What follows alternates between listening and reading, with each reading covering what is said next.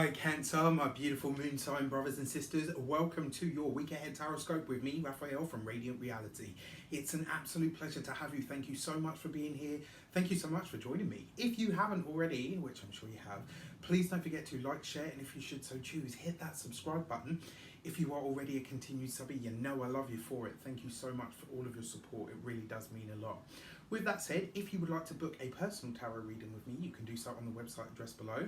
And before we start, as always, I would like to bless all of my decks of cards with all forms of love, light, peace, prosperity, and abundance. And I pray that the messages that come through are ultimately clear and concise, and they help you, or should I say us, on our path to our highest vibrational good. So let's see what the week ahead has in store for us. Right, so as many of you know by now, I am a Cancer moon sign. And also, if you haven't seen it yet, please don't forget to check out the weekly general overview. Having amazing results with those. It's crazy the stuff that people are sending me. So thank you for all of you that have. Your destiny card for the week is the Lovers, right? The Lovers card has been very prominent this week. I wonder why. We're in Gemini season. But this also talks about personal relationships, right? Yes, the Lovers card does represent choice, but the feeling that I get from this is directly relating to relationships. So whether you're a Sun, Moon, or Ascendant, Cancerian, whether you are cross-watching for somebody, this is talking about the personal relationships this week. And I feel like there are decisions to be made in your personal life this week, my dear Cancerians. It doesn't necessarily have to be anything big. It doesn't necessarily have to be that something's coming crashing down or coming to an end. What it does suggest is that things need to be revised, right? Things need to be revisited. Maybe the boundaries, maybe the boundaries need to be reaffirmed. Maybe they need to be loosened a bit. There's something this week where you're deciding to look at all of your relationships, and this doesn't necessarily just mean personal. This could be the interpersonal stuff as well. So this could be with friends, it could be with family, it could be with work colleagues, or groups that. And actually, yeah, okay. So that's what's coming through. There's something here where the lines of relationships, I said before about reaffirming the boundaries. There's something here about the lines of relationships being a little bit blurred. So this might be where friends are sort of encroaching on our personal relationships, or vice versa, And this week, I kind of feel like you're going to have to draw a few boundaries when it comes to your personal relationships. And there's nothing wrong with that. Sometimes our parents and our friends don't necessarily see eye to eye. Sometimes our partner and our friends don't necessarily see eye to eye, or our friends don't like our partner.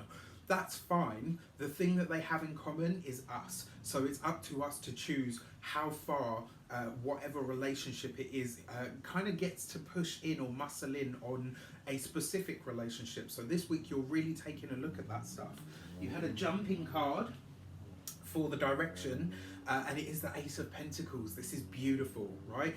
I really feel like once you tighten up the boundaries, once you reaffirm the boundaries or loosen them up if that's what you need in your personal situation, the feeling that I get from this is the Ace of Pentacles is about a new beginning. And this is about a new beginning in your physical, practical, tangible life, especially where it comes to money. You may very well need to draw lines. If somebody asks to borrow something from you, I would probably say, even though the cards aren't necessarily heavy, this is not a week to loan money. It's not a week to give what you can't afford to lose, basically. This is a week where your finances and your financial outlook can have a really big boost, and you can get like a little feel for how things could shape up, but it's going to rely on you really reaffirming your boundaries, especially when it comes to anything where anybody's relying on you too much or expecting anything from you.